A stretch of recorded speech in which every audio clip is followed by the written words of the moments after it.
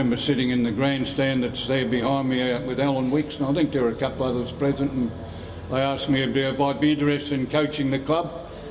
And I said I'd always wanted to coach the senior part of the club, and I didn't ever think I'd get it simply because they couldn't find any other dickhead that would do it without getting paid, but I'd take it on board.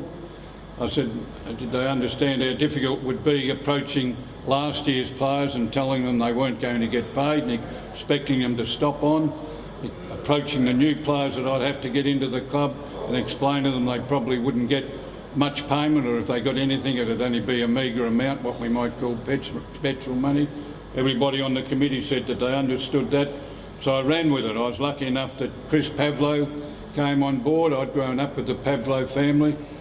I might just say at this stage there was Con Pavlo, Chris Pavlo and George Pavlo, all deceased now, but yeah, a real rock of the family around the local community. So Chris came on board. He'd played at Frankston with me right back in the 50s, 56, 7, 8, somewhere about those times, and had gone on and become a very good player at Carlton.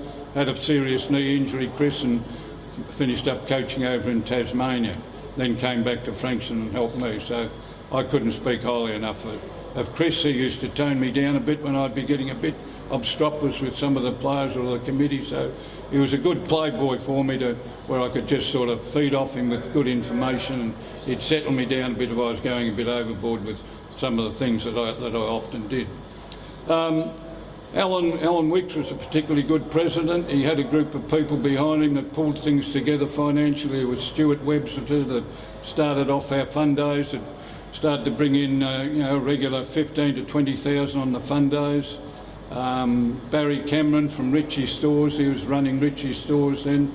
Bill Livingston, Ian Shepherd, a real solid group of people. And the thing that I really appreciated as a coach, we had Bill Livingston and Barry Cameron, who were very busy businessmen, decided to run bingo at the Pier Hotel. So that gave me a lot of confidence in knowing that behind me there were people that could well and truly go and do other things with their lives, but decided to get behind the club and run bingo overnight. I think they did it 2 nights a week at the Pier Hotel, and whether we made money or not I can't remember back then, but those guys were behind us.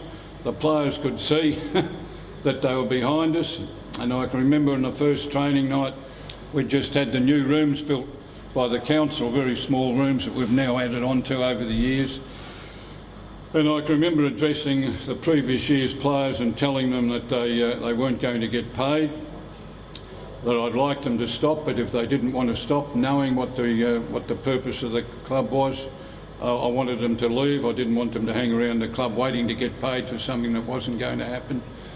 Some of them were a little bit overboard, and I can remember telling 6 or 7 of them that if they didn't like it, I wanted them to leave, so they did. So the guys that were left behind, there were probably only 7 or 8 that turned out to be senior players in the 78 year. Some of the other boys that stopped were the reserves that stopped on. We had some under-19 boys that were coming through that were going to be good players. And I leant back against the wall, and they all sat around with their backs to the walls because we didn't have tables and chairs then, and told them that I expected to win a flag, and I kept a straight face because I felt truly that that's what I intended to do. There was a bit of giggling went around the room, and I heard for the first time what my wrath was like, so I got off to it very early, understanding if they were going to play football at Frankston, there was only one thing in my mind that had to be in their mind as well: we were going to win a flag. It was Johnny Stapleton, Ricky Lewis, Peter Geddes, Murray Bridgedale, Peter Tickell and others, and I shouldn't start mentioning names because I'll forget some of them at this stage.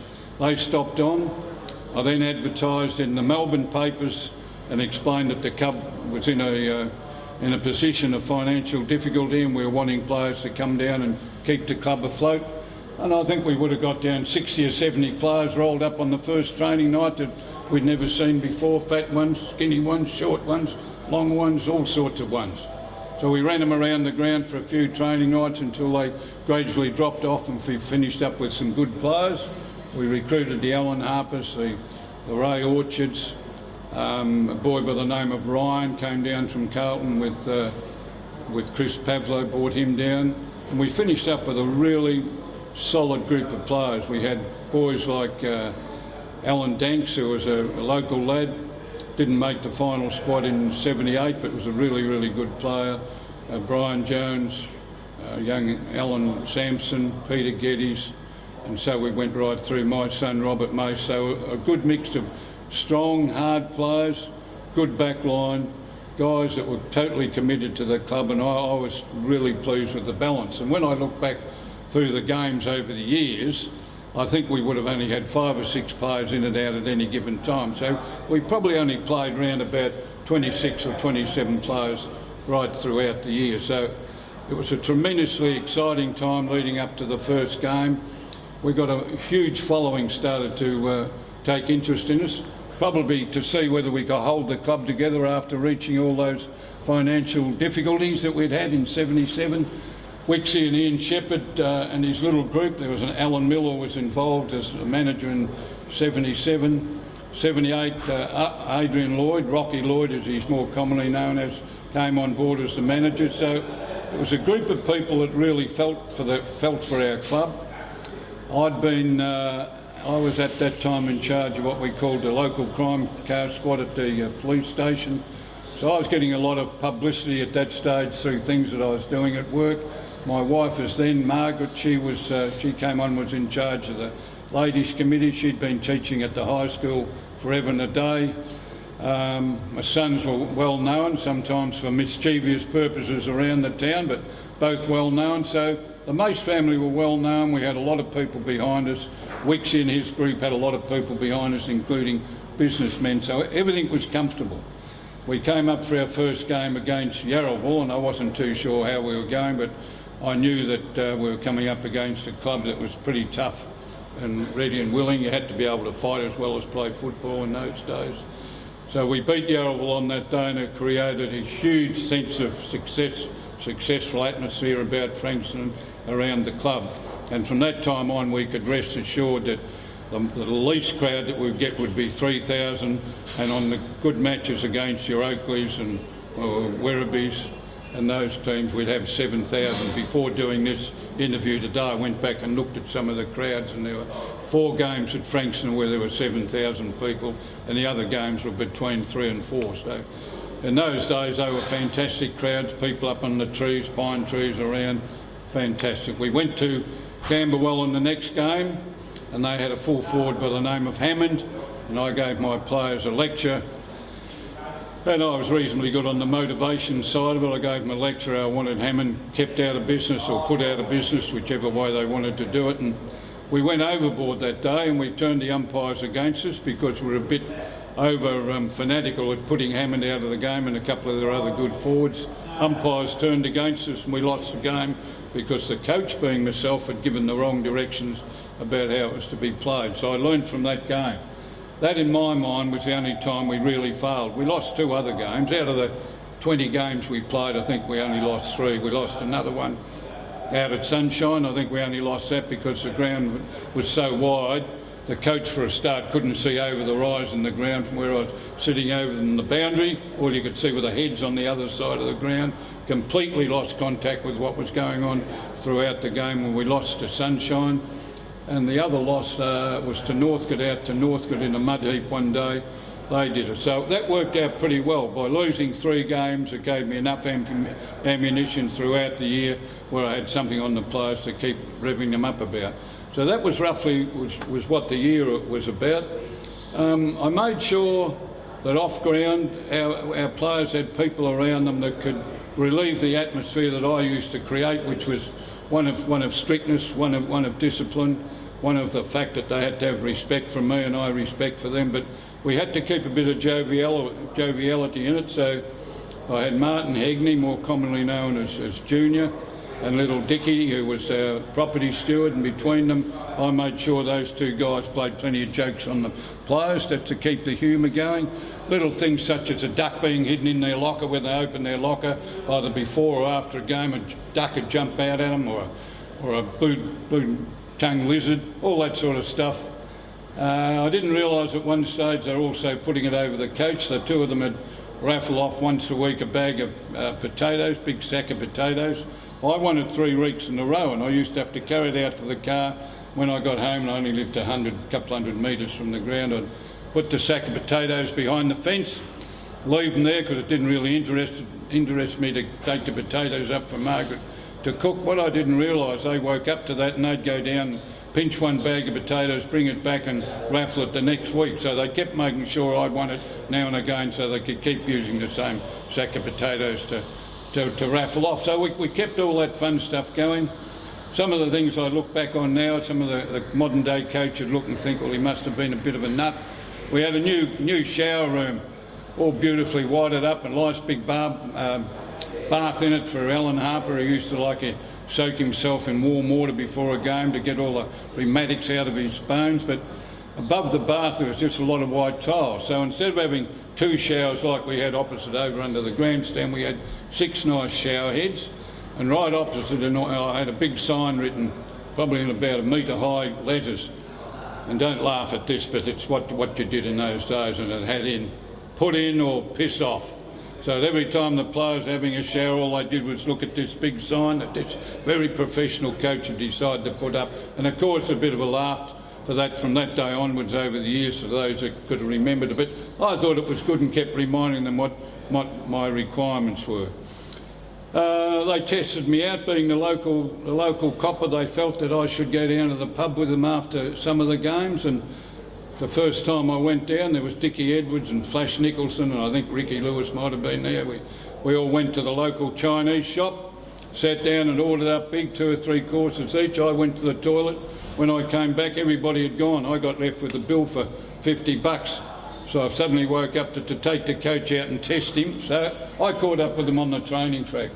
So it was all good stuff. One of the big problems I had from the professional side of it in coaching was that our ground was smaller than what it is now, even a bit narrower and a bit shorter, and we had a lot of trouble even when Ray Davies had his teams there in the previous 3 years. You could win games at home, but when you went on the big grounds, we had a lot of difficulty. So I had to come up with some way of, after being on our sandy ground where you could run like a hare and play a certain brand of football, how did we get around that? Well, I used to divide our ground up so we'd only actually train on 2/3 of it, and the other third part of the ground we used to kick wide to, and that was the area that I felt we had to run harder and work harder on that extra third of the ground that we used. A bit complicated to understand what I'm talking about, but that got us around the width of the ground, and we kept winning as many away games as I desired. And our scores back then were probably averaging in the mid-20s as far as goal kicking was going. Then I had to come up with how we managed to get by playing on the muddy ground. So in the little park opposite here where I'm talking, there was it wasn't a lake then, but it may as well have been. It was just a mud heap. So during winter we'd go over there and we'd dig up as much mud as we can before training night, and we'd go over and we'd train in about 3 inches of mud, skidding and so forth through mud. Probably for an hour and a half of a night until they were thoroughly exhausted. Their mouths and their bum holes would be stuffed full of mud, and that taught us so that we went to some of these other grounds where they had cricket pitches, we could cope with it. I felt it was a good method anyhow.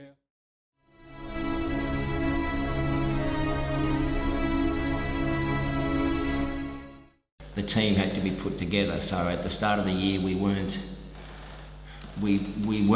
a premiership team. We were a team that trained really hard under Macy, so we would run and run and run and run. So that was really good, particularly because we had a lot of young legs that needed that sort of building up. And then during the year, the team started to emerge. I guess the young players started to come through. You know, guys like Robbie Mace, who were probably coming in to play their first season as a centreman in a VFA team. Ian Roberts, who was just a young player who came in, played in the back pocket, but ended up being, you know, extremely skillful. We then had guys like myself. You know, I had some experienced guys to play with in the ruck. So I had Johnny Locko, John Stapleton would go in occasionally. But then as the years started to move forward, we'd also recruited Ray Orchard. Ray was probably our best ruckman at that time because he was really experienced player. And then towards the end of the year, it was mostly Ray and I would play in the ruck. Johnny Locko would play in the ruck, and then Stapo ended up becoming a backman. So as the year went on, people slowly found their places, and a lot of young guys came in. You know, we had Alan Sampson and Brian Jones were the Rovers, so they were probably, 21 years old. We got Macy, who's 20 years old. So this is our starting centre bounce, at times. We're probably all 21 years old playing in the middle. And then we had, great players like Peter Boyd and Jack Kennedy, who had that little bit more experience than the younger guys, but they were still probably only, 22, 23, 24. Really, really good skills, really good voice. So they were, fantastic to make sure it gave us a nice spine there. So we enter the field and start, there was no real ball warm-up, you just ran a couple of laps together as a group. And Camberwell had come on the field and they were running a couple of laps as a group as well. And as the two teams passed each other, I think his name was Oliver, Bluey Oliver. He was the ruckman for Camberwell. So he clipped me on the back of the head as our two teams are passing. And it wasn't much, and it was a clip, and it took me 5 or 10 steps to figure out, he's just clipped me, what am I going to do? Because it wasn't really a blow, and I thought, oh no, I'll go back. So I turned, left the pack and ran back to their group, which was running away from us, and sort of, grabbed his jumper or something, and thinking, I don't know what I was thinking, I just grabbed his jumper, and then all of a sudden, of course, all the Frankston boys, they'd seen me leave the pack, so they've come as well. But not only that, then a bit of push and shove and a couple of punches are thrown, but then the supporters who are still on the field see this as well. Johnny Locko, who I remember wasn't playing that day, but he had been one of our main players during the year. He comes, I'm there, I think Oliver and myself are hanging on to each other, shaping up, not really throwing any punches, but just having a bit of wrestle. Johnny Locko comes over the top of me and has a go at Oliver. It was just like unbelievable. That went on for 5 minutes. Because it was such chaos with the two teams on the field, all the supporters on the field. Half the supporters are running away, half the supporters are running in, the umpires are running around trying to control everything. And then, I guess, common sense prevailed and everyone went back and formed their groups, and, 5 or 10 minutes later the game started. But it certainly set us up for a day where we'd play Camberwell in the second semi-final, and it had been, a little bit of a tough, brutal game. It was 1978, that's just the way that games were played. Finals were there to be won, no matter what the cost. Macy would have been, Brian Mace, the coach, would have been no backward steps, make sure everyone, no backward steps. And so we were trained like that all year, and that's the way. And then the game was a bit like that until the Robbie Mace, Ricky Lewis incident, and then it sort of went back to general footy.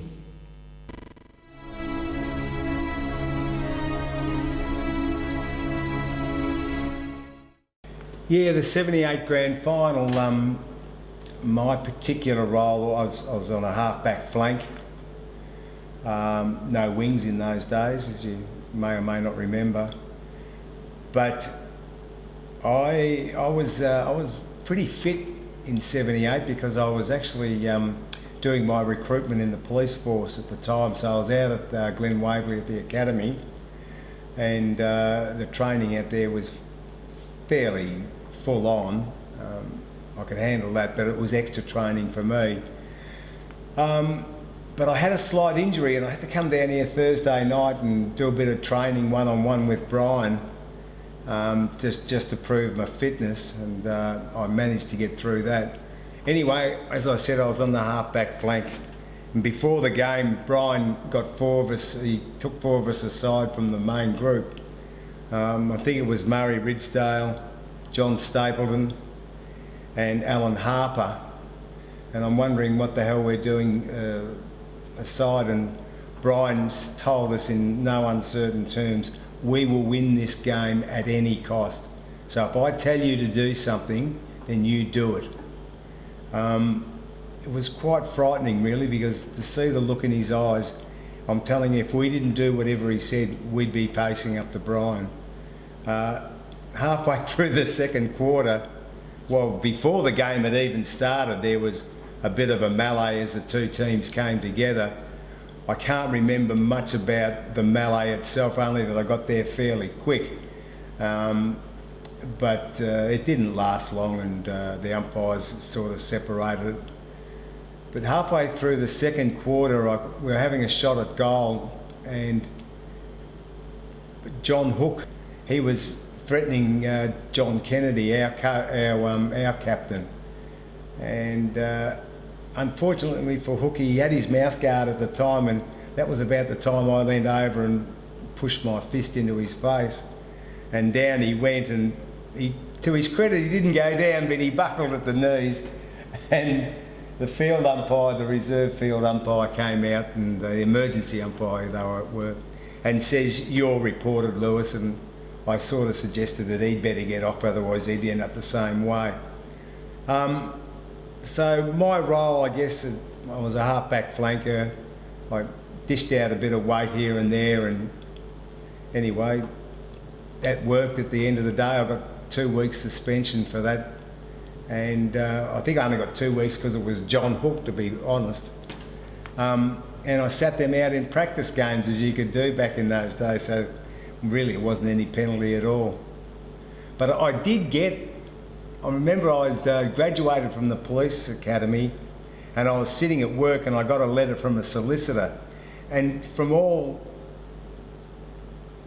these letters you get from solicitors, I didn't expect one from John Hook's solicitor asking me for $800 to pay for his teeth. Oh, well.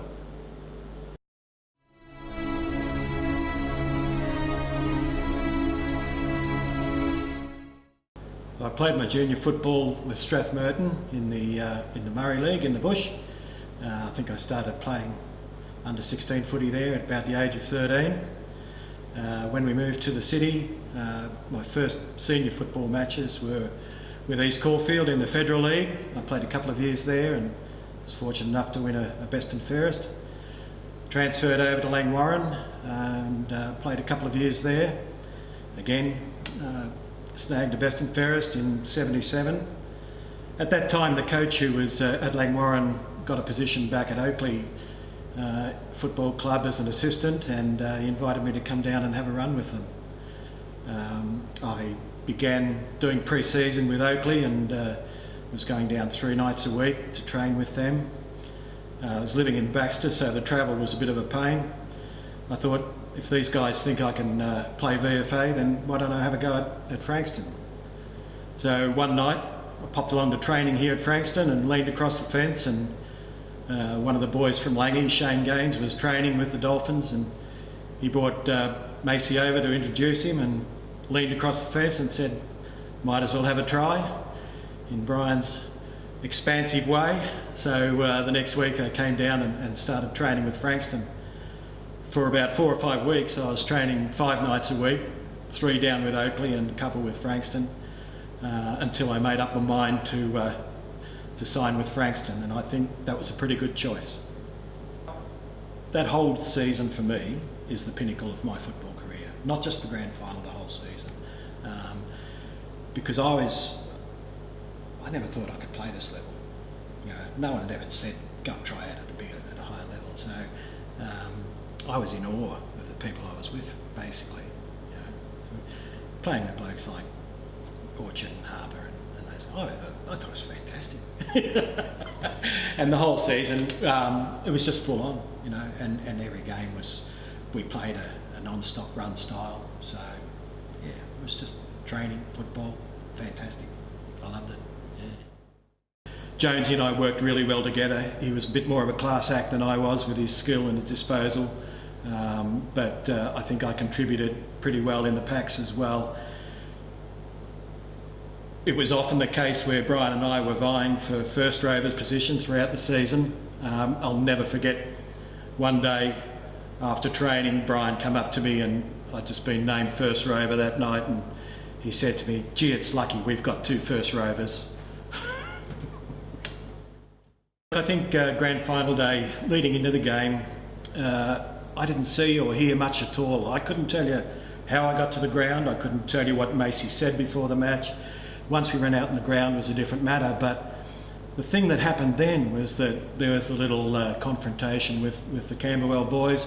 But even after that, it took an eternity to get the game rolling. We stood around like proverbial dried prunes for what seemed like an eternity, and while there were presentations made, and then we did a lap, and then we did a little warm up, and we were standing out there forever, it seemed, until the game got underway.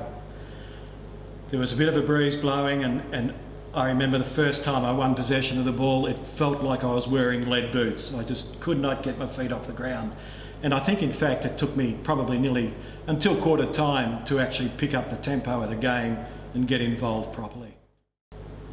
I've played senior football for probably 20 odd years, and I've only ever won one premiership, and that was here at Frankston. So sporting wise, it's right up there. It's the pinnacle of my career. It's something I cherish incredibly, and something I've been very privileged to be a part of.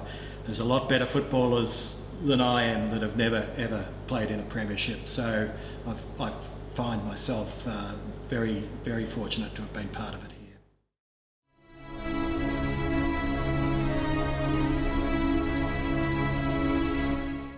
I started at Langwarrin in the under-17s. It was the first year that they'd created the under-17s. Did quite well in that, winning the best and fairest in the league at 13, and graduating to the senior side when I was 14, and playing there for about probably 10 games that season, and turning 15 next year, playing in the senior side throughout the season, winning the best and fairest. I think 65 I won the Nepean League best and fairest, and got a call up to go to Richmond. So I went there for 3 years.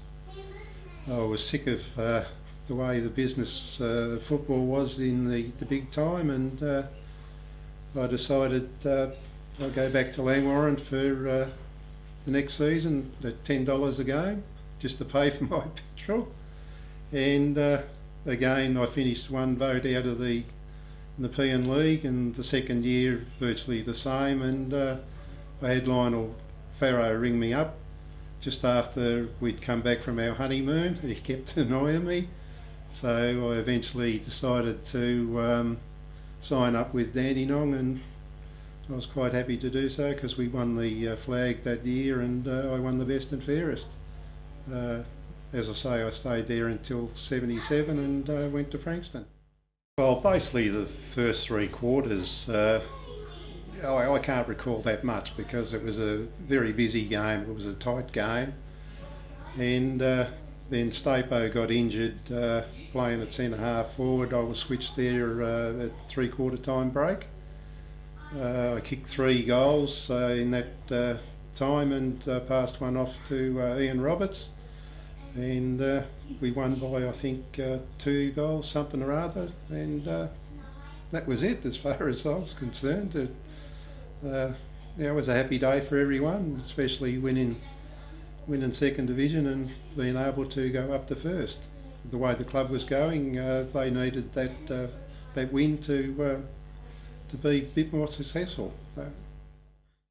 After we won the flag, obviously going into first division, I wanted to stay there and help the boys out, but I found that I was starting to get a few more injuries than normal, and I thought, well, I'm going to go out on a high, so that's when I decided to quit football then.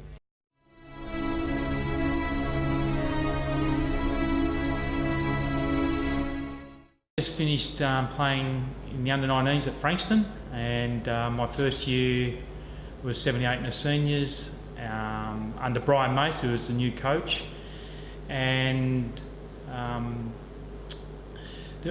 for me, it was just the first year of playing senior football. I was fortunate enough to get a game from the first game of the season. I played, but after 4 games I got dropped. I remember being dropped out for the Oakley game out at Oakley, and I thought the world had finished then, because I thought that was it, my career was over. I was fortunate that someone pulled out from the game, and I was recalled back into the team, and it was a bit of a kick up the backside, and I played a pretty good game, and I stayed in the team for the rest of the season. We had, as everyone's aware, we had a very successful year. Some big rivalry. Camberwell were our rivals back in '78, and that's who we played in the grand final. And just work on the week leading up to the grand final, there was a lot of activity in Frankston. There was a lot of news and press about us playing in the '78 grand final. The morning of the '78, we had a breakfast, brunch sort of thing at Com Pavlo's house, with people coming and talk to us. And the thing that I do remember is that it's all about us taking the opportunity, creating history for the Frankston Football Club.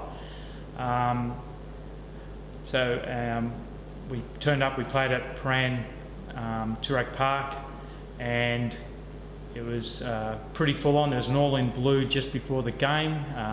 Robbie Mace had his nose busted in the second semi, and the word out was they were going to come out and get him in the grand final.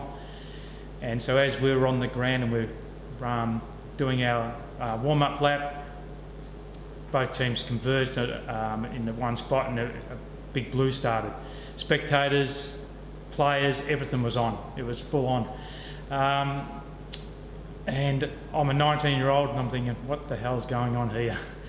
I started on the bench, I'm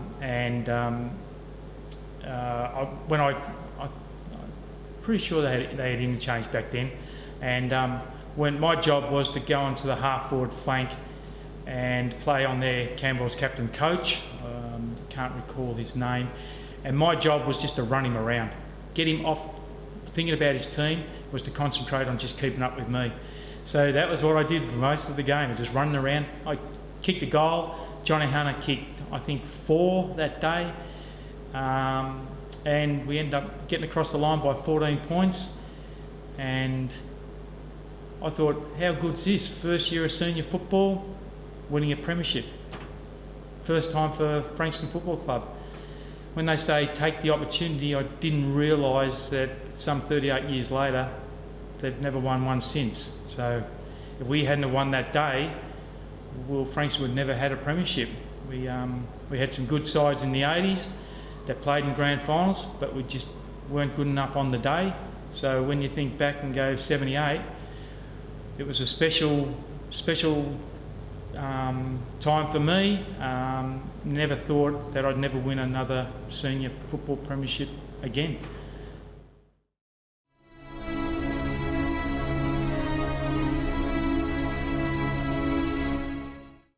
Yeah, having my father as a coach, I never called him Dad. It was always Brian. He was a terrific coach, very, very hard, fair to his players, honest, and black and white. You knew where you stood. Our training was second to none. That's probably the reason we won the premiership. It was extremely high intensity. We believed in pressure on the opposition. But the relationship to him and me, and vice versa, we never once did I think he was my father. And that's, a lot of people would find that hard to believe, but he didn't treat me as a son. I was a player, and my name might as well have been a Stapleton or a Johnny Gunn or a Brian Jones, and you know, if I deserved to cop it or deserved praise, he'd give it. And I think that's what, you know, the main reason we went on to win a premiership, in that all the players respected him, and we were a running machine that could run other teams off their legs. And as I said, you know, he was never my father when he was my coach. He was always my coach, and that never ever once came into it. Didn't even enter my mind. Yeah, well, the second semi I copped a bit of a bit of a hit that was could have been an accident, but maybe wasn't an accident, and that left me pretty sore and bruised. I remember being operated on the hospital for nose and cheekbone. I think on the Tuesday. I had to wait for the swelling to go down, but I was in danger of missing the grand final. I didn't train all that week. We won, we went straight in the grand final, and I remember being pretty crook. And Brian, the coach, I trained in the grand final. We were playing Camberwell again. They just disposed of Oakley from memory. And I trained on the one night, the last session, and wasn't good. Was picked and struggled in the grand final, and copped another hit, and you know, it was all part parcel of the game. You know, they were there to win, and I'd like to think the hit possibly would have been an accident, but maybe it wasn't. Who knows? So it was part of footy back then. 78 is something it's funny now, because now, even though when Brian was coach, as I said, I always call him Brian, but never once the father thing came into it. It's now that I'm later that I reflect that the father thing does come into it a bit, so I've got great memories of it. I'll often come down and have a beer in the grandstand and have a cigar there, just to reminisce and to think about what we as a group, what we as a club achieved. 78, we were close-knit, we were well-trained, well-coached. We had half a dozen good young players, and Ian Roberts had come from Rosebud, Arthur Bell, Jimmy McCurlier, Johnny Hunter, a few others. We were lucky that we had some, I call them the 6 or 7 blokes who were 6 foot, very reliable, never played a bad game. Ricky Lewis, John Batty, Peter Tickell, Murray Ridgedale. We had a couple of gun rovers, Ryan Jones, Alan Sampson, that added pace to us. We had Geddes, who was an athlete that just bounded around the ground and never seemed to get tired. And the club was clever enough to recruit 3 wise heads in Big O, Ray Orchard. We had a guy who was a great leader and very calm under pressure. Johnny Gunn, who was the same in the full back line. And then we had Alan Harper, who was, been there, done that, and was as tough as nails and didn't mind hurting a few blokes along the way. So, it was just a good team, a really, really well-balanced team, and I think our biggest asset we had was that we were run and we could carry the footy and other teams couldn't catch us. And we were trained to just play 100 minutes, and the pressure we put on the opposition. Camberwell, who we beat in the grand final, were a lot bigger and stronger, but gee, we could run. Yeah, back when I entered VFA, it was a pretty tough cop, very, very aggressive. You had a lot of ex-AFL players on the way down who had retired, who still had a lot of pride. Then you had the other extreme, you had blokes that had a bee in their bonnet because they hadn't made VFL, AFL, and they were pretty aggro, pretty nasty. They took their footy pretty seriously.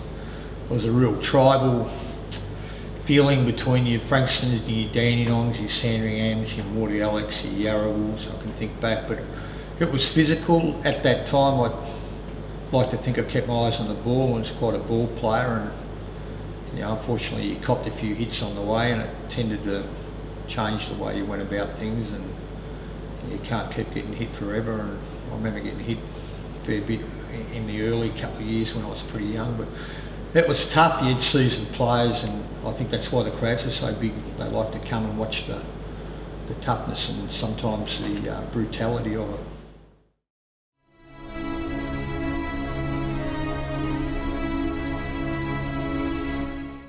I grew up in Bentley. Bentley was a recruiting area for Melbourne. In those days we had different zones. Did pre-season 77, played a few games, and then went back in the under-19s and reserves, and then went back to played at Bentley. The following year did the same thing, when did pre-season. Did didn't turn out the way I wanted it to, and ended up not wanting to stay there. And a friend of mine, or a guy I went to school with, got a guy called John Diamond. John was he was a brother-in-law of Chris Pavlo, and I was just talking to him one night, I don't know where, and it was early in the year, and he said, look, why don't you come down to Frankston? And he had a chat to Chris, and that's where it started. I think either Chris rang me or Brian rang me, he said come down and play, and this was a couple of games into the 78 season, so I left Melbourne and came down to Frankston. Yeah, the second semi-final I started on the interchange bench. I basically was a ruck rover, half forward. Peter Tickell got injured halfway through the first quarter, and I came on and played a role in the second semi-final, and things went pretty well as far as the game went overall, and I was lucky enough to be able to get a few kicks and ended up playing most of the game. I think I played the rest of the game. And it was a big thrill for me. There was a massive crowd there, and everybody was focused, and it was just a great effort by everybody, and to be part of that was pretty special. But the job wasn't done at the end of that game. Everybody knew that there was one more game to win, and we had a week's rest after that. So the following week we had training sessions again, and everybody was, Brian was trying to keep everybody focused and making sure that we didn't drop the ball, and that the end game wasn't complete until we won the grand final. So the following week I was fortunate enough to actually start on the ground. I must have played okay in the second semi-final, because I did start on the ground in the grand final, and as everybody knows, there was that massive brawl before the game, so that sort of set the scene for the day. It's a long time ago. I don't remember a lot about the game, but the end result was was the best part of it, and everybody was thrilled, and so they should be. Well, the 78 season for me, towards the end of it, would have been over for my involvement at Frankston, except for how things evolved and planets aligned, and I was part of that special 78 premiership team. So I stuck around. I would have left after that if it wasn't for it, but I stuck around, and being part of the first division experience was something very exciting for the football club. And I remember one of the early games at the ground, there would have been 10,000 plus people, and the place was abuzz. I ended up playing there for the next 3 or 4 seasons. I didn't play. I did leave a couple of them, I think because of work commitments or various other things. But Frankston became a special place for me to go and play football. Played there for, as I said, 3 or 4 seasons. And after that, work sort of took a priority, ended up going into business. I played a few seasons at Moorabbin, which was close to home, and probably stopped playing when I was about 26. The premiership, to win that premiership was a great achievement for all the guys in the team, and myself included. I think it was fantastic, and to be asked about at this stage is quite exciting, because it's really only the 18 and the immediate supporters that have an attachment to it, and it was just an exciting time, and something thrilling to be part of, and it's something no one can take away from you, and it's just great, and it's good for me to share it with someone who wasn't there that has an interest in it. It's fantastic, yeah.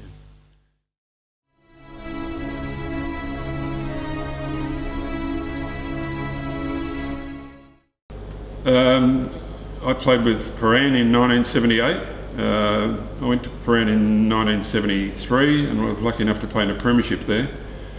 78 was, Paran also had a very strong side, and midway through the year I was approached by Kenny Jungworth from Frankston if I'd be interested in coming down to play the rest of the season out with Frankston. Paran, I was playing full back. They'd got a new recruit and I was hoping to still stay there, but at that stage, after talking with Ken, I had a meeting with Alan Wicks and decided to make the move. I didn't know much about Frankston, but I knew they were a pretty good side in second division, and I was hoping that I could help if I did come along to win a premiership, which we all know are pretty hard to win. Yeah, look, the move from first division to second division was a little daunting. I didn't really know what to expect, although I was rapt to see that a former first division player in Alan Harper, who I played against at Dandenong, was at Frankston, so that was a plus for a start. But I just hoped that I could, bolster the back line and do things that I did at Paran, and main thing also mixing in with a new lot of players, which I hadn't done a pre-season with, and it's always difficult. Well, I've never done it before, coming mid-season and then meeting new guys, but everyone was fantastic, including from Brian down, all the support staff and the supporters made me feel at home, and I really enjoyed the premiership in '78 after winning the second semi. I think I missed the stoush. I wasn't trying. I don't think I was trying to run away, but I think after we watched Rocky, most of us were ready to jump out of our skin. So Rocky definitely worked, and well done, Peter, for not letting the elbow get away from you. The game itself was very close, and one advantage for me was that I was back on my home ground at Paran, which I'd played for 5 or 6 years, so I knew the ground pretty well. So I was glad the grand final was back there, which was good. The crowd was a little bit like the '73 premiership. I think there was about 12,500 people there, so the atmosphere was jumping, really good. Great for a grand final. The game was close, as we all know, and I think one of the main reasons we were successful was the great respect we had for Brian, who was a fantastic coach. Even though he had a lot of support, and the team really backed him up. But it was a memorable day, and I'll never forget it, including some of the afterwards. I'm not sure if I can go into that now, but I can remember we had a few drinks at Toorak Park, and we came back to Frankston to the pub.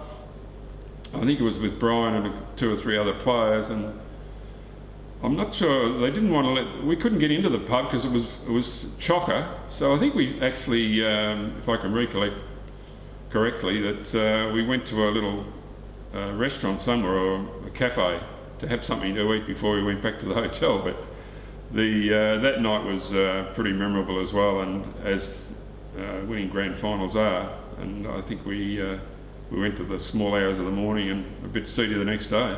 So it was a fantastic day. My stint at Frankston was fairly short. I only played 10 games, and the club realised when I came here that I'd received I was going to London to work in the bank at the end of that season, and then I was having 12 months, and then I was having 12 months to tour around Europe. When I came.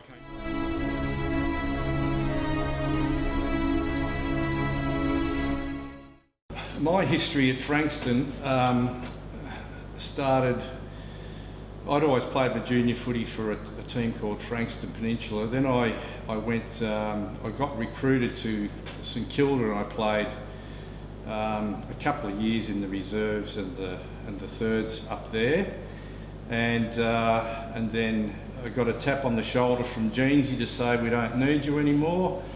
So I was just sitting in the grandstand, the old grandstand down at Frankston, watching a practice match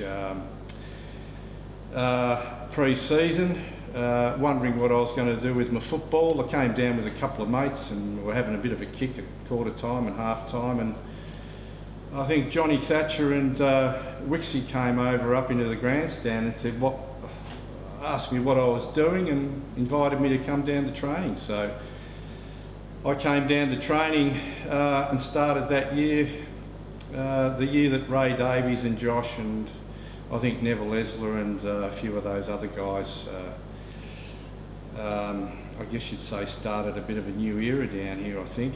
And from there, that was the start of me playing at Frankston.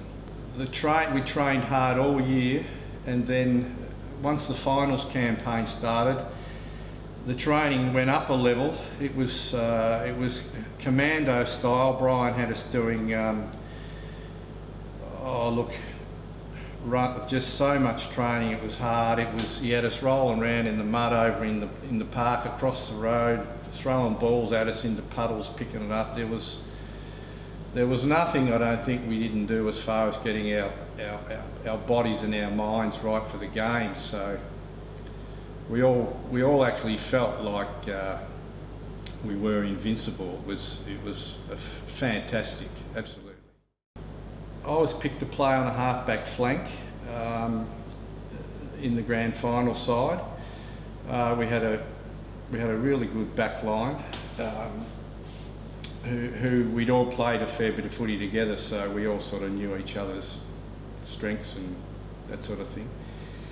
And I was to play on a guy called Bruce Smith, who always seemed to kick quite a few goals, but I just thought if I did my job and kept him down to as few goals as possible, and everyone else in the side did their job, then we'd probably win the game. Which was the case. We had a really good back line, and we had a forward line that could kick goals. So that was a pretty good recipe. That feeling you had when you knew we won the game. We all of a sudden had a run of guys kick goals. Ray Orchard kicked a couple of good ones, I think, or one or two that at telling times. Johnny Hunter did extremely well. I just hoped I didn't pull a hamstring or get knocked out. That was my main worry, because it had always been something that had happened to me. I think we just did a fantastic job. I remember Ricky snotting hooky. That was a bonus. It was an absolutely fantastic feeling when the siren went, or before the siren, when we knew we were clear enough to win the game. That was absolutely sensational. Yeah, it's I suppose it's one of the best things, best sporting achievements that I can remember.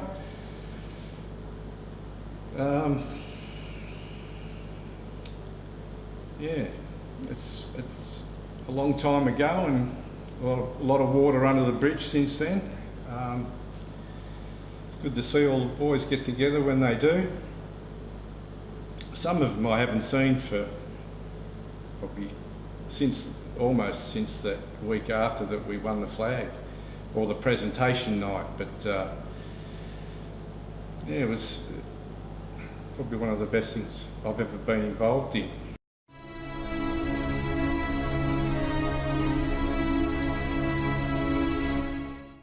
Going into 78, we had a great bunch of players starting to be formed. Brian Mace was an outstanding coach, and he just took the whole playing side by the scruff of the neck.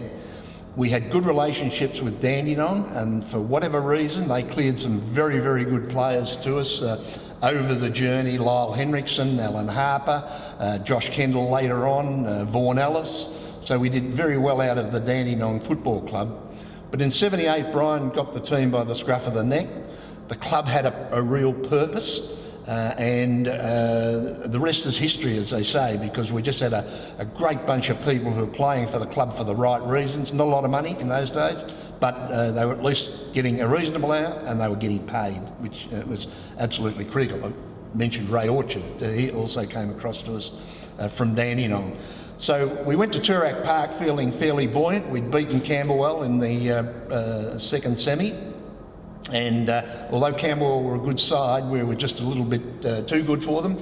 A few of the boys roughed up the Camberwell boys at the start of the game, and I couldn't recall, but Robbie Mason, Ricky Lewis and Murray Ridsdale mightn't have been very far away when someone ran through the Camberwell huddle at the start of the game. So got a few hackles up on a few backs, but it was a great game. probably 10 or 12,000 people at Toorak Park, and although they came back in the last quarter, we were able to hang on and won the 78 flag, promoted into First Division.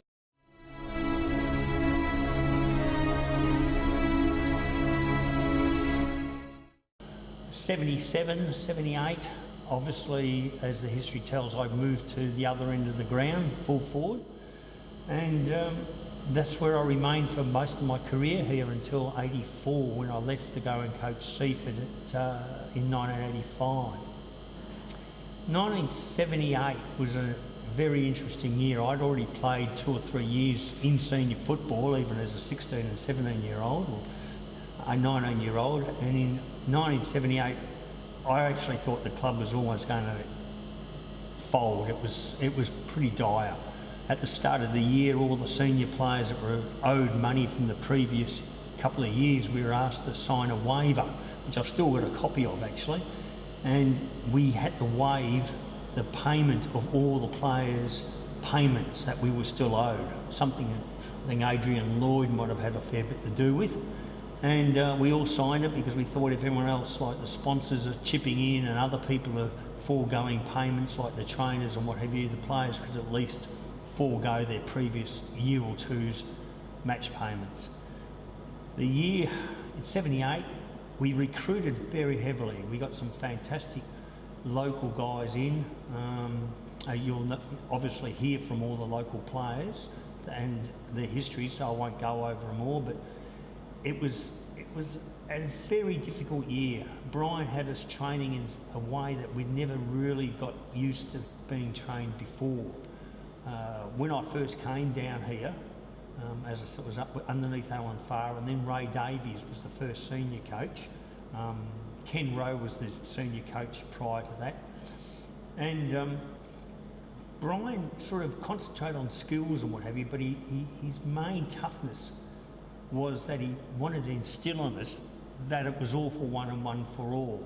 And I'll never forget one particularly miserable training night. We were across the road at Beauty Park, and he had us all linking arms and running up and down this bloody hill, and he was absolutely berating anyone that would break the link. And we did it time and time again until it was absolutely built into us that, you know, we're only as strong as the weakest link. I think that's when you jump forward to the grand final. I think that's what played a very important part in us actually winning that grand final, because if you go through the old records of that game and also the semi-final and preliminary final, it wasn't a matter of any one player standing out.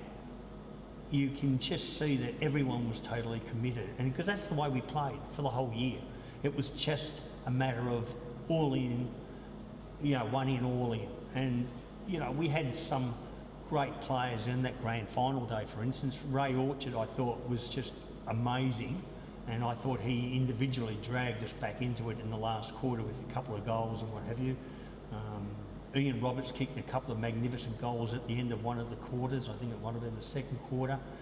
And, you know, it just, if you watch the tape, which I have a few times, you're just amazed at how many players, no one's balking an issue, no one's taking it easy. They realised that it was a chance to really stamp Frankston as a powerhouse in certainly second division, winning the grand final and then building a foundation for first division. The game, as everyone's talked about, no doubt, the melee before the game, it wasn't probably as tough as it probably looks.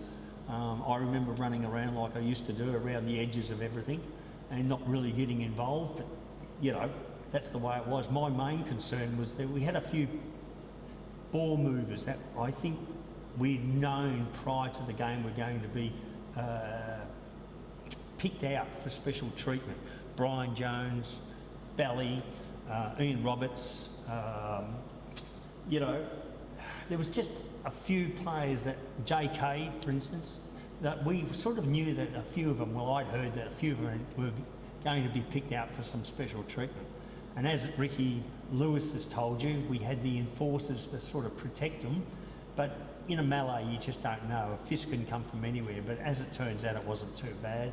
And it sort of took our mind off the fact that there was 16,000 people there to watch us, which we'd never been used to, obviously, because you used to get great crowds here, but nothing like that. And after that, it was just full on into the job. And I can't remember much about the day, except that it was a very, very long game. I just thought the other day, it just seemed to go for ages. And, you know, there was only 27 goals kicked, I think. It wasn't a high-scoring game, but it did seem to drag on for a long time. Maybe it's, you know, just the way I was at the time, being so young. Peter Tickell, players like that, John Gunn, you know, there's just so many others. Ricky Lewis, I remember him jumping off the bench when the siren went. It was just an amazing day. I was fortunate enough to kick half a dozen that day, and a lot of people have said, oh, you know, what a good effort and blah, blah, blah. But to me, I was just doing my role. It wasn't my role to be the run up and down the wings and spoil players around me or anything like that. My role was to kick goals. End of story. And if not, I couldn't kick them. It was my job to make sure that the Rovers, Ruck Rovers, or the half-forward flankers had the opportunity to kick goals. That's the role of I saw a full forward or centre-half forward, was to, you know, do that.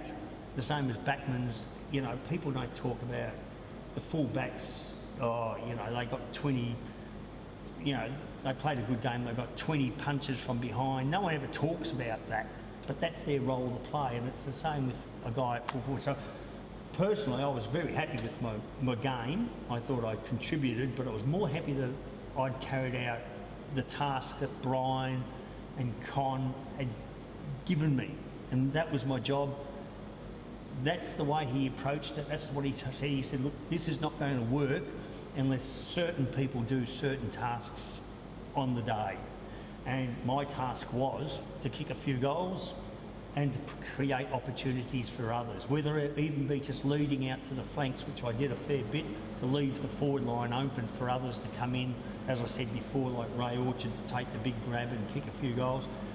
That was my job, and I've never seen it really as anything different as that.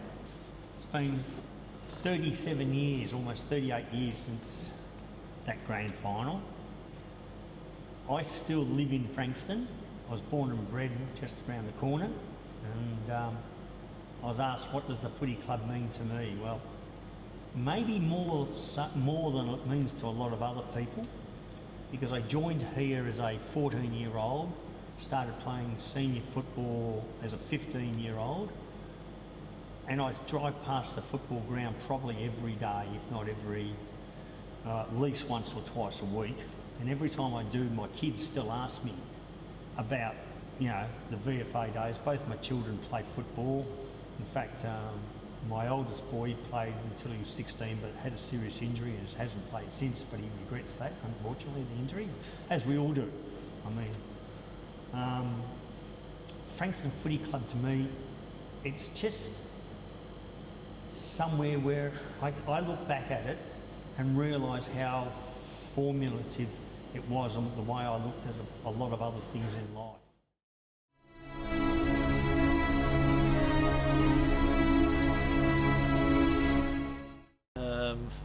Probably after 3 years at Dandenong, I was building a house at Seaford the next year, so I told them I couldn't play, and the next thing I know, I was going to play with Frankston for a year while I was building the house, and Gary Guy was going to go to Dandenong. So it was just a swap. Gary Guy had won the best and fairest at Frankston, I'd won it at Dandenong, and we just did a swap, and that's how I ended up in Frankston's footy team and in the winning grand final team. The training night, I think, might have been on the Thursday night or something. I don't remember anything happening at training. Maybe that was the problem, because I wasn't big on training.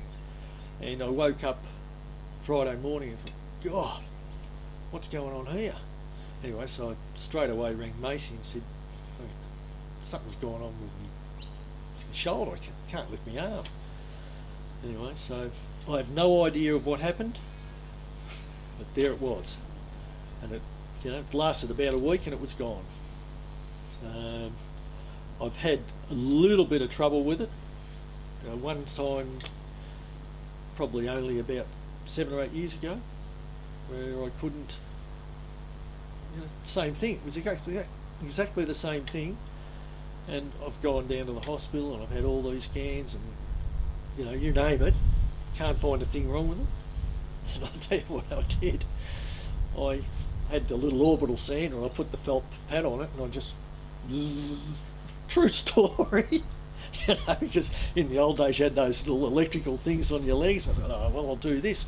Anyway, after about 2 days, because I was laying on the floor and seeing how far I could bring my arm up and up that way, and all of a sudden I knew things were getting better.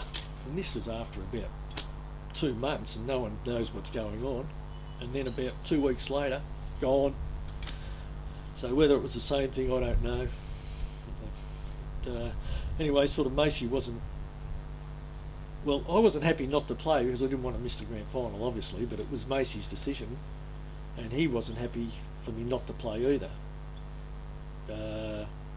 I think because he thought a few of their players might grow a bit taller. But anyway, I did land the odd good left in the fracas before the bounce, but I mean the left hand was still perfect. So, but yes, it was hard. It was hard. I don't know that Hammond knew, but I mean he should have known, because I couldn't. Normally I could hold. If he went to go one way, I could grab him. Well, there was no holding him back on that side.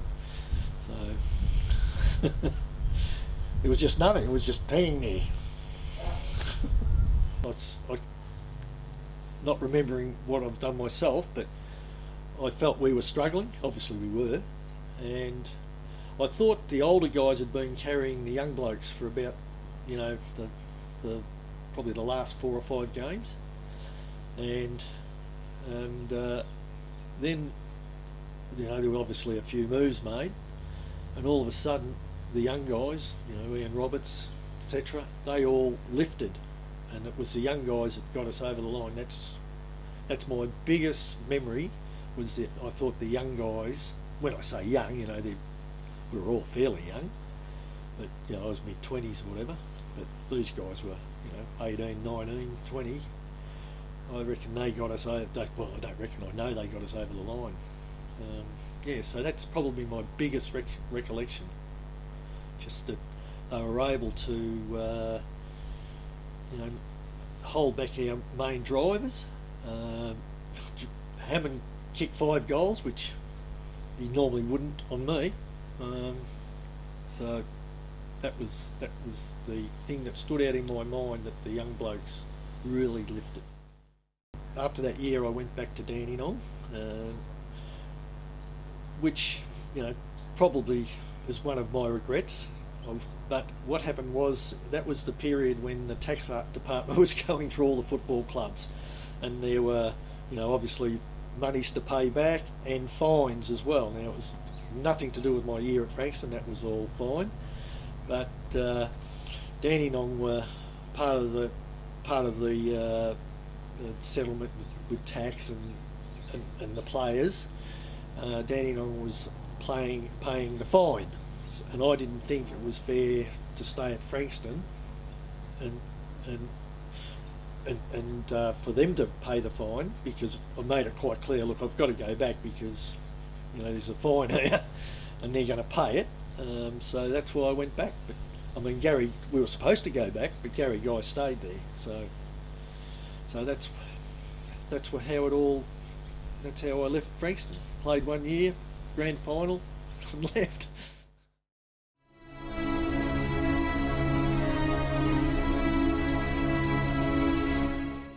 I arrived at Frankston Football Club in 1976, having spent the 3 previous seasons with Dandenong in the VFA.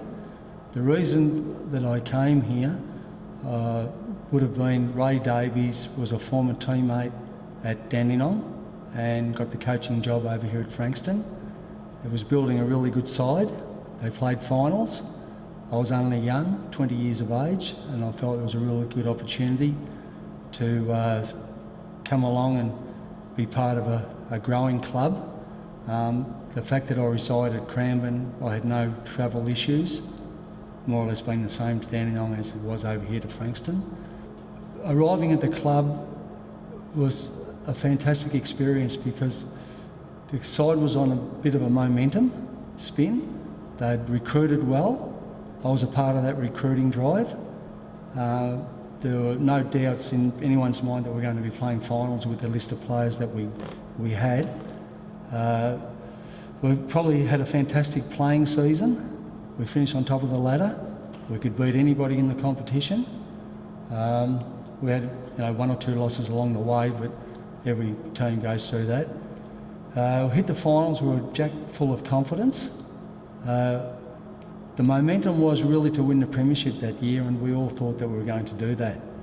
But we met Mordialloc in the second semi-final in 1976, and although we had an experienced team sprinkled with young guys, we were more or less bashed out of the second semi-final by a very mature physical side, and did not come back from that particular game at all physically.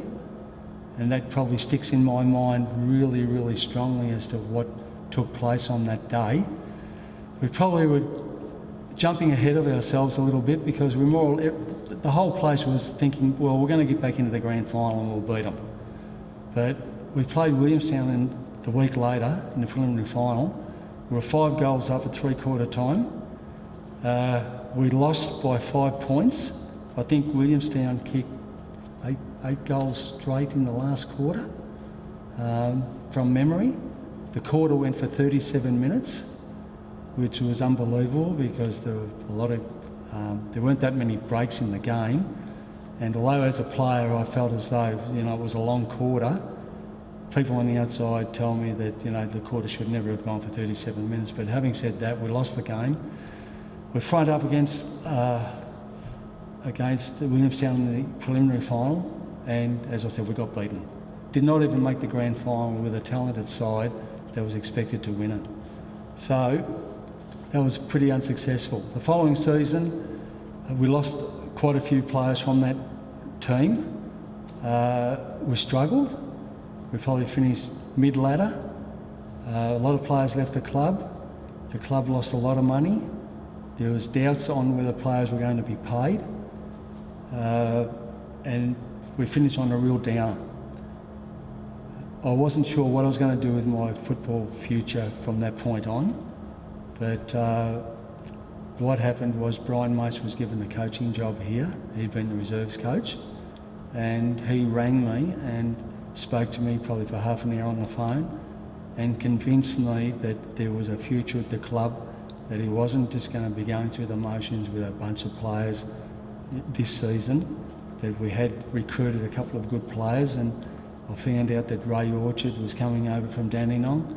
Alan Harper, who was a champion full-back, was coming over, and I felt in my mind, well, the club is serious, we're not just going to go through the motions here.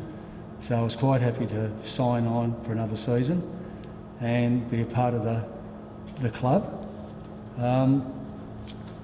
We started off pre-season, and I always remember Brian put his stamp of authority over the whole playing list when we lost a practice game, and he went through every single player and tore strips off them for whatever negativities were in their game.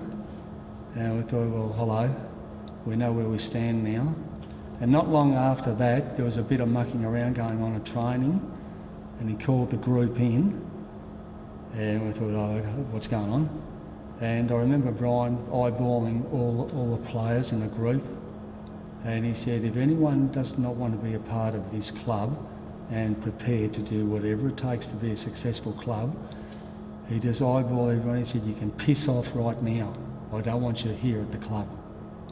I thought, geez. So anybody that was going to leave, they didn't move. Nobody moved, because when Brian spoke, everybody just listened, glued eyes. I don't particularly remember anybody walking away, but what ended up out of that situation was a bunch of guys that were going to be absolutely dedicated to the cause of making Frankston a successful team. And we knew the players coming into the side were good players, and we built momentum. We played our first game here, and I think it was a televised game, and we won by a point against Yarraville. And David Thorpeck's Footscray was their captain coach. They had a star-studded side recruited as well, but we beat them. Then we ended up playing Camberwell at Camberwell, and they had our measure early days. That was fine. We played them later on in the season at home here, and we beat them by roughly 3 goals, I think it was. And we'd improved a lot. And guys with weaknesses, they'd been weeded out. Players had improved tremendously. He had a funny thing with him, Macy, he was a fantastic leader of men. And whether you liked it or not, you more or less did what was better for the club, your teammate. If you could make your teammate better, it made you better, it made the team better. And that was his philosophy. There were no individuals.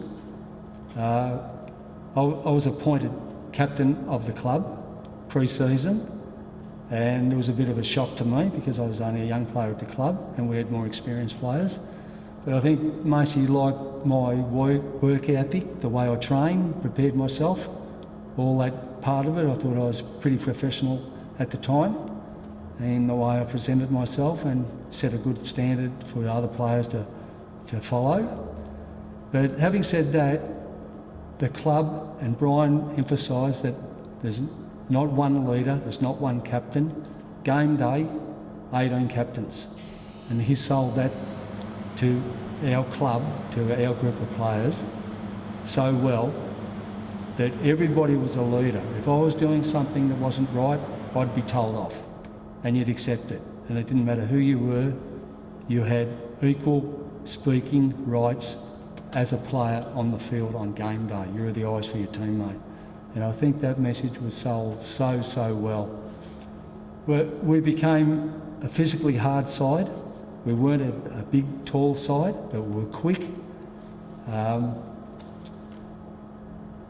We had good pace, we had good strength, but he was kind of cunning in the way that he introduced players into the team.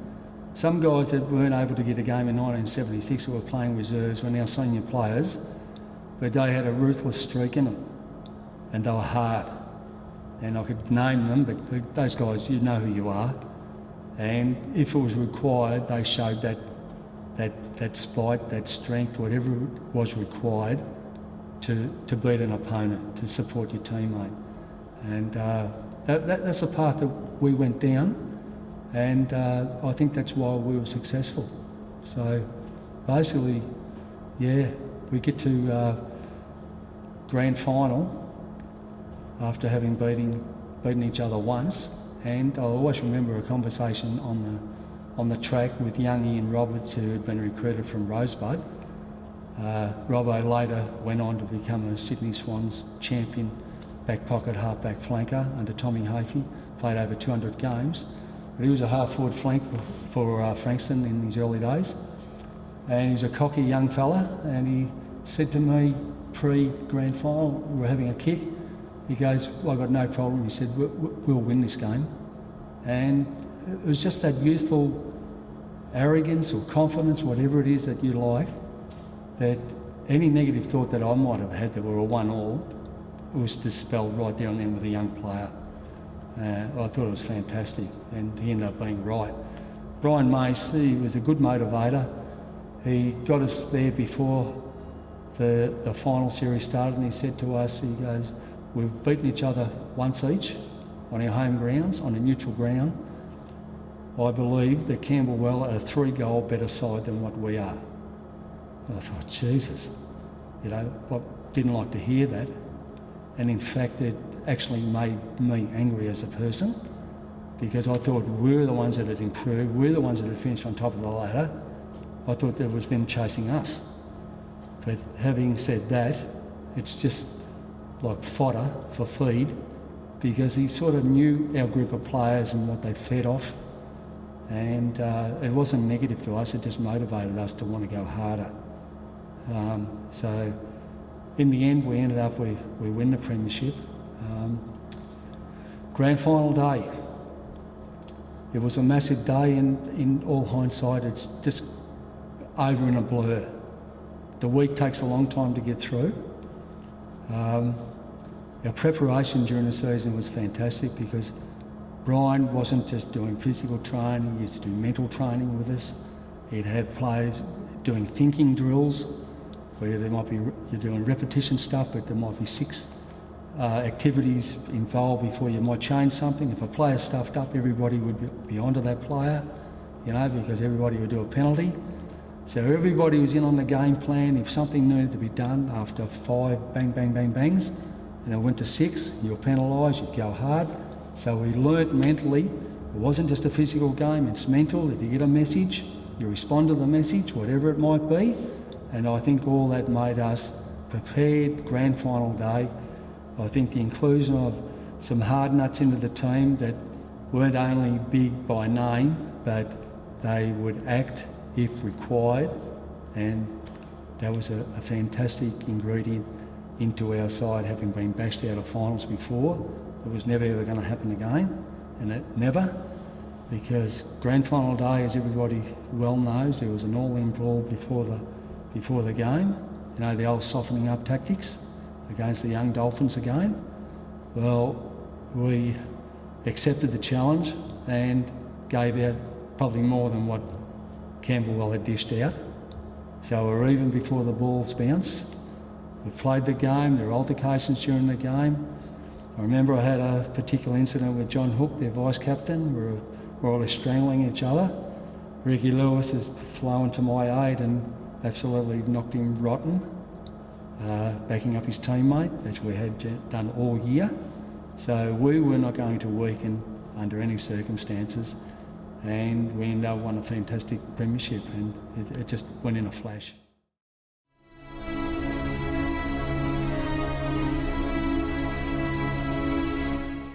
I was born and bred in Springvale.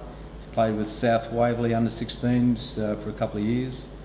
I was then picked up by South Melbourne and invited down to play. I was still 16 years of age, and they had a team in the Southern Districts, I think. Can't remember the name of it. Maybe Metro League, and they were South Districts then. And so I played the following year in the under-17s at South Districts. Lucky enough to win the best and fairest there. Promoted up to the under-19s at South Melbourne the following year, where the team didn't have a lot of success, but I guess I stood out a little bit and I won a Morris medal that year.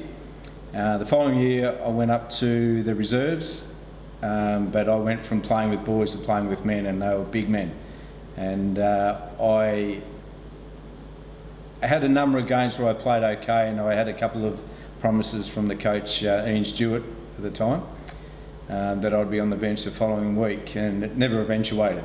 And being a bit immature, I dropped my bundle several times during that season, so I never really took the bull by the horns. And I found myself, after the pre-season training the following year, that I was sent packing by Ian Stewart, as he decided he had enough Rovers to have a successful season that year, so he thought so.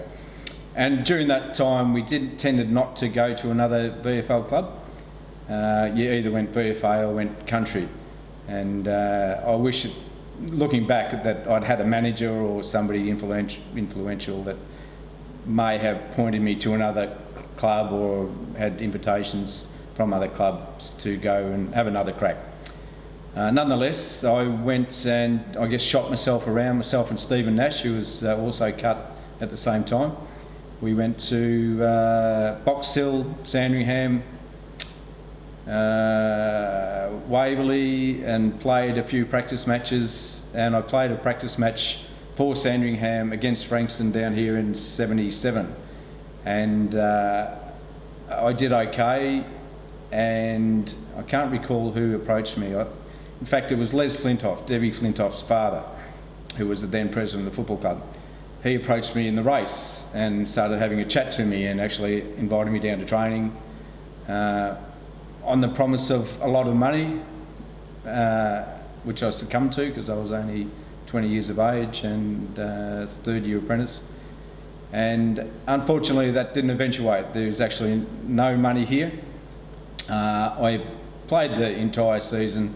Matt Gamble, who was a terrific supporter of the club, he managed to find $20 or $30 or $40 a week for the players that were offered money. So we got travelling money, I guess, to finish the season off. The following year, the year in question, 78, I was offered the coaching job at my local cricket club, Sandown Park, which I took because they offered me $65 a week, and that was huge money. That was double what I was earning as an apprentice. But as time went on, I realised that it wasn't a great career move. So I think it was prior to the last practice match, I told them, look, I was still at the age of 21 to try and take on a coaching role. So I came back to Frankston. It was a very good decision. As history states, shows us that we went on to win the inaugural premiership, and to this date, still the only one, which is a little bit sad. So specifically about my memories of 78, where, as I stated earlier, I had a very late start to the season. I was going to coach the local football team connected with my cricket club. I made the decision not to, based on Brian Mace, who convinced me that it was a downhill decision to make. So I came and played, and I remember having, we played specifically for $50 a win and $20 a loss. I do recall that. And $50 was pretty good, so it gave us a lot of incentive to actually win games, and we actually did get paid every week. So we were all pretty happy about that. So it encouraged us to win and continue to win, and I think we only lost the 3 games for the year from memory. We had a lot of players come in and out. We had some old stagers like Peter Lovelock, who played a few games, and Peter didn't finish the season with us for one reason or another, I can't recall. There was a chap called Alan Danks, who was a fantastic goal sneak. He was your typical small forward today. He was very strong overhead, brilliant kick for goal. I remember him kicking 9 goals in a quarter, third quarter out here against Box Hill, I think it was. Sensational, but I think later in the season he succumbed to some injuries and he wasn't part of the finals program, so it was disappointing for Alan, but he was a terrific player.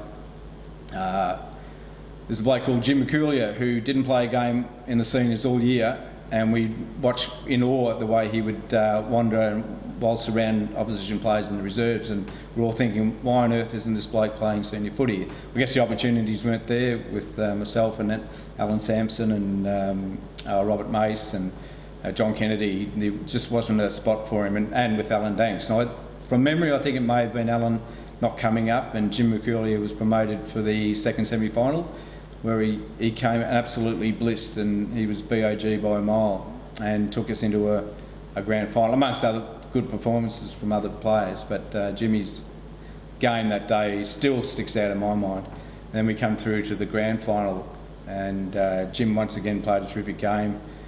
As Johnny Hunter, who kicked 6 goals in that grand final, Ray Orchard. On a personal note, my grand final I thought was over at the 10-minute mark. I was on the end of I thought a Robert Mace pass. I'd made some space in the forward pocket, and as I was running back with a flight of the ball, which I only did maybe twice in my whole career, and this was one of them, and I thought Robert was kicking to me, but in fact it was kicking to a John Hunter lead. So as I backed back on my right side, I felt this massive collision. And for 20 years, I believed it was John Hunter that cannoned into me. And it was only after seeing a couple of minutes vision of that at one of the reunions that it was actually the full back that hit me. John did his best to avoid me. So I apologised to John that night after 20 years of blaming him for that. So my grand final, I thought was over. I popped the AC joint in my right shoulder. I couldn't tackle, I couldn't lift my arm above shoulder level. I went off the ground and had all sorts of taping and manipulation, and I don't know if anybody knew what an AC joint was back then. Went back out in the ground late in the first quarter, but the first time I tried to tackle somebody, the pain was intense, so I went off and I sulked then for the rest of that second quarter. Went into the rooms and I sat on the outer as Macy was giving his address because I thought my grand final was done and dusted. I had a brief chat to the doctor who suggested he could give me a painkilling injection, and being 21 and a bit naive, I really wasn't sure about where we were going to go with that. And there was a bloke that came into the trainer's room, a fellow called Vaughan Ellis, who I played with the previous year. Terrific bloke, Vaughan, and I recall him having his child on his hip. And when we were discussing the pros and cons of the injection, Vaughan said to me, "How many grand finals do you think you're going to play in?" And it hit a nerve anyway, as did the injection, because I took a couple of injections, and all of a sudden I could swing my arms around, so I went roaring out and just roared into the packs, and I don't recall actually getting a kick. I think I just tore around like a maniac for half an hour, and it wore off at three-quarter time, so I was back in again at three-quarter time and got another couple of jabs, and that saw me out for the game. So I actually don't recall much of the game. I was a bit self-centred in, I guess, the first half, because it was all about me and my loss without really considering what was going on around me. Second half was much better because I could contribute a little bit. But I just want to share a memory that I have of very late in the game. We were a goal and a half up, something 8 or 9 points. I beg your pardon, we weren't. We were less than a goal up. And the ball was heading down Camberwell's way. It was on the grandstand side of the wing. It was 2 Camberwell players versus Alan Sampson. Our Sambo laid a tackle prior to a handball being given away to the next bloke. He jumped up, laid the second tackle on the bloke who'd received that handball, who gave a handball back to the other bloke, and Sambo jumped up and laid a magnificent tackle and dragged him to the ground and won a free kick. We got the ball forward, and I think it was Ray Orchard picked up a loose ball and kicked the goal that gave us that goal and a half lead, which we didn't give back. I think they may have kicked a goal late, I can't remember, but that's, as playing wise, that's the only real strong memory I have of that game, is the effort by Alan Sampson. And I spoke to Sambo only a month or so ago, and I reminded him of that, and he was a bit humbled by it, and he did recall it himself. But I'm sure a lot of the other players would remember that moment, and ever grateful, Sambo, for that effort you put in that day. Now, in reflecting, it's 38 years since we played that game, and at the age of 21 I thought I would play in another 10. I thought every year was about finals and playing off and winning every second one. Unfortunately, life doesn't work out that way, and I played in a losing 84 grand final against Preston, where we kicked 5 goals to zip in the first 10 minutes of the game, and then ended up losing by about 9 goals, so go figure.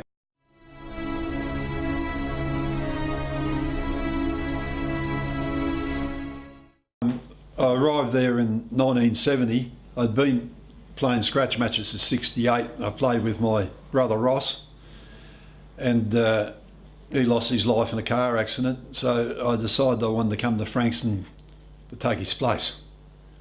And that finally happened in 1970. And I played right through the 1979 season, which was 10 years, which gave me a life membership. I played in the premiership side in '78, which is a feeling that winning that game can never be taken. It was just great. It was also a feeling of relief, because it was 9 years playing and finally we got that game we wanted. Well, I started the game at centre-half forward, but I was carrying a fairly bad shoulder, and I came off the ground early onto the bench and remained there for most of the game and came back on the last quarter. But a lot of the things I remember about the game are the marks that Ray Orchard took in the last quarter to kick goals. I think he kicked 3 goals. Johnny Hunter played very well. 38 years later, I suppose I've never forgotten that we won a premiership. That's something that a lot of people play football for years and they'd never done. So I think that's probably the key thing. Plus the fact I played with a good lot of blokes and they were all good players and they were all fair income players, and we had a great coach.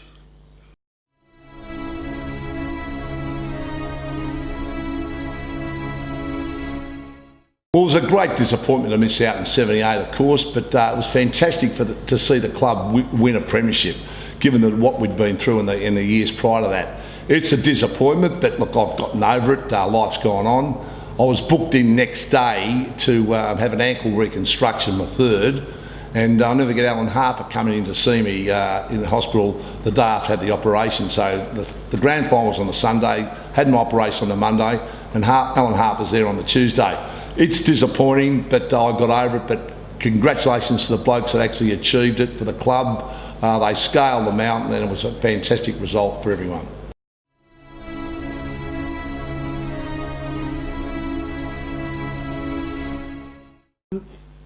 I remember the build-up and the week before the game, and we had meetings, and the consensus was that we had to win the ball out of the centre.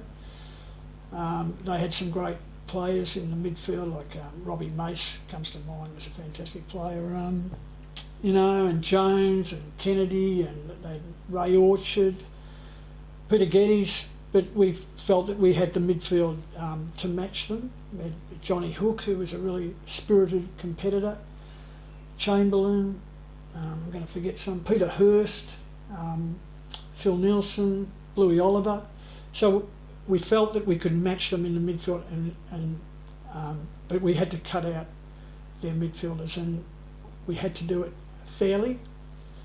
Our coach was Ray Smith, who was a terrific guy and a really good man, and he insisted on us playing fairly and playing within the rules, and we had to cut out their midfield. We had to stop their run, especially Robert Macy used to run up the ground, so we had to retard him and make him go back. And if we won it out of the centre and got it up into the forwards quick enough, we would win the game. And we felt that we could win the game. And I remember, the thing that I remember Ray Smith saying was in a series of meetings that we had, the last thing that he said was that we would go into the game, we would compete, and we would give everything, each player would give everything they had to the game. And if we won, that was great, and if we lost, there would be no excuses, and there'd be no complaining and no whinging. So that was it. My recollections of the game, it was a really, the wind is what I mainly remember. It was blowing to one end and into a pocket. So the game was a really scrappy game. It would have been, I would imagine, a really poor game to watch as a spectacle. But we kicked with the wind in the first quarter. We didn't really take advantage. I think we kicked a couple of goals and they kicked maybe one. But we really needed to get away, I think, to a flyer, maybe 5 or 6, and get them on the back foot, which we didn't do. And they had the wind in the second quarter, obviously, and started to kick some goals and move away from us. But we did actually fight back into the game, and I think we were just ahead at 3/4 time, but they kicked away at the end and won the game and deserved their victory. Yeah, well, look, Alan Harper was my opponent on the day. Alan was a really good player, and a difference in most fullbacks that you'd come up against in those days.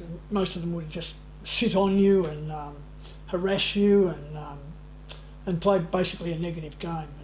But you never had to actually worry about their game because they actually didn't do a hell of a lot. But Alan was different to that. He'd win the ball, and he'd win a lot of the ball. And he could run. He was quick. He would run up the ground, and he could really make you look a bit of an idiot if you didn't watch it. So, look, the other thing that I remember about Alan Harper is in the week leading up to the grand final is all the advice that I got. There's probably 15 different people came up to me and advised me on the best way to play against Alan. You know, supporters, and officials. You know, so much so I felt like saying to them, well, perhaps you'd like to go out and play on him. But but I resolved to put Alan out of my mind as much as I could and concentrate on getting to the contest and contesting it as strongly as I could and doing the best I could. I mean, that's really all I could do. Completely unaware that he was injured. He didn't appear injured, so I knew nothing about that, no. With my battle with Alan Harper, as I say, I resolved to try and put him to the back of my mind and just concentrate on doing the best that I could. I had to do something if we were going to win the game, like all the players did. I had to contribute something. And I managed to work my way into the game. In the second quarter, I got a few kicks and kicked a couple of goals, and I think Alan got plenty of the ball as well, as he usually did. And I think the battle between us was pretty even.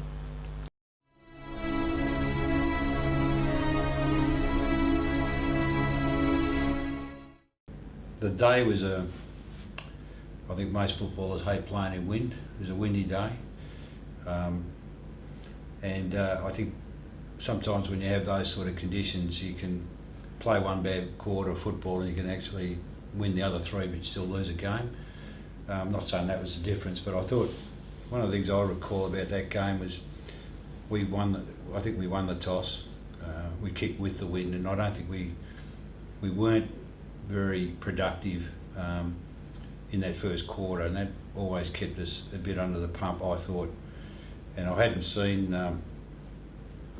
the game until Ricky Lewis gave me a copy of the game about 4 years ago, and it's the first time I've ever seen it since I played, and just reinforced what I thought of the day. I suppose memories go a bit when you after so many years, but look, it was always going to be a tough game. We had, what I do recall about the Frankston, there was a lot of rivalry over those years. I think because we're always up, the two sides were always pretty well up near the top of the ladder for over a period of maybe 4 or 5 years leading into that. So there was a fair rivalry, So I knew it was always going to be a tough game. Frankston beat us pretty easy, I think, in the second semi, what I recall. We had a pretty tough prelim final to get through, and we knew we were the underdog. I felt we were always going to be the underdogs because of that week's rest and that tough game we had in a prelim final. But in saying that, you're always a good chance, and we had good games throughout our history together. So I think all I recall is a blue at the start of the game. All the kids were on the ground, or people on the ground when we ran out. I don't know who started, and I can honestly say it wasn't me. People probably say it was, but it was never me.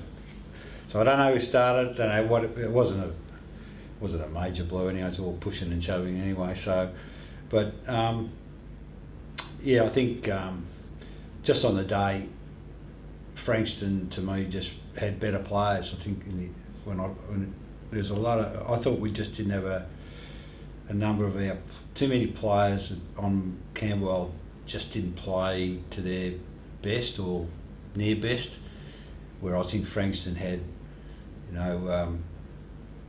a lot more players who performed better on the day. And that, look, my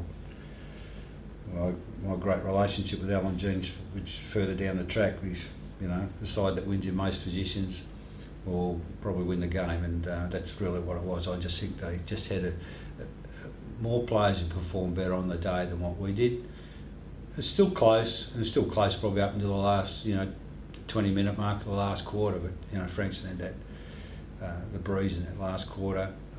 But overall, I just think that was my recall of it, that they just played a little bit better than us. They had better, just few more players than what we did. They played well. I know that I had a crack at Robbie Mace at whether it was that game or the second set, I'm not sure, because You know, one of my best mates, and that's why I think it may have been the second semi, because Jeff Simpson was one of my best mates who didn't play in the grand final because of a hamstring injury, but he got hit. But whether, as I say, I can't recall 100%, but I know in the grand final, Ricky did get reported for hitting me. I didn't see him coming.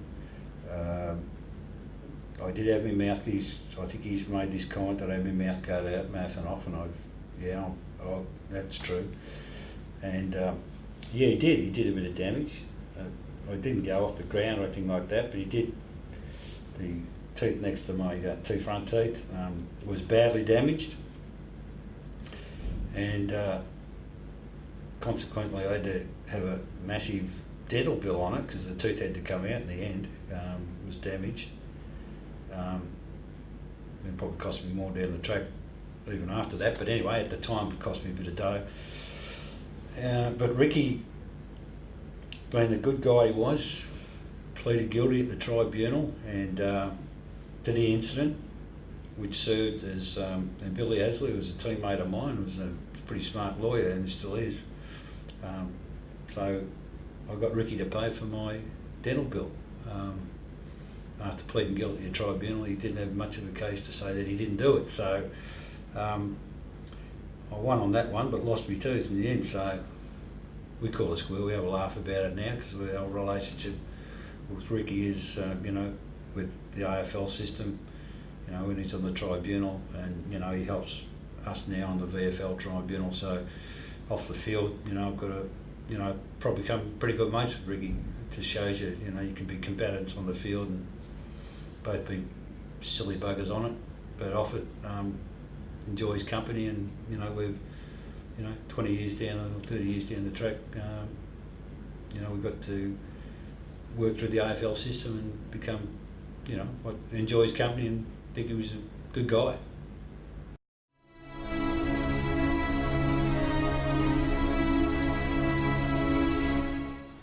The Dolphins in 1978, so near and yet so far for us. I think it's Frankston's first and only sort of senior premiership, I think I've read somewhere.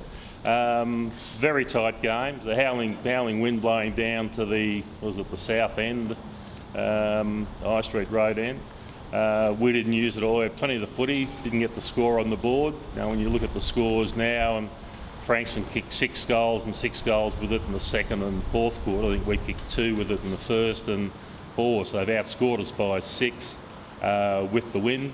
So we've only got ourselves to blame in that regard. Frankston played extremely well. I remember a young Robert Mace and young Roberts, it was Ian Roberts I think. They had a couple of real nippy, smart rovers. Used to remind me of the Carlton mosquito fleet, and Jones and Sampson. You had Peter Geddes, who was just a sensational player for Frankston for so long. Hunter kicked the bag that day, I think it was 6. But the one that really sort of stands out was Ray Orchard kicked 3, I think it was in the last quarter, 1 early from a free kick. One of our chaps who just, Barry, I think, who always just breaks tackles and runs down the ground, tackled him at about centre-half forward, free kick, bang, goal. 20-minute mark, the scores are level. We were running the ball, you know, well into the wind, kicking goals. Then the big fella Orchard's taking a big mark, kicked truly, and about 7 or 8 minutes slow, or about the 30-odd minute mark, he's picked the ball up on the boundary line on the scoreboard side and sort of slotted it through with only you hardly see daylight between the posts from there. So 3 goals in the last quarter, and big bloke had played well all day in the ruck and down forward. It's an outstanding performance, and they were the better side in the day, and good luck to them.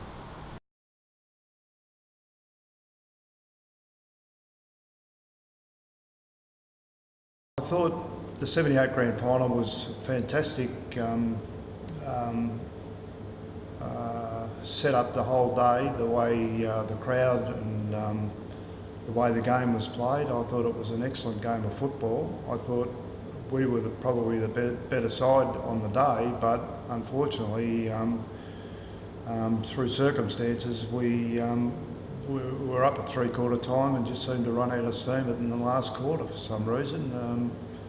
There's a lot of obvious people have got ideas on what happened, but to me, we just sort of run out of legs in the last quarter, and we got beaten in the grand final, which probably we shouldn't have, never have got beaten. I don't think.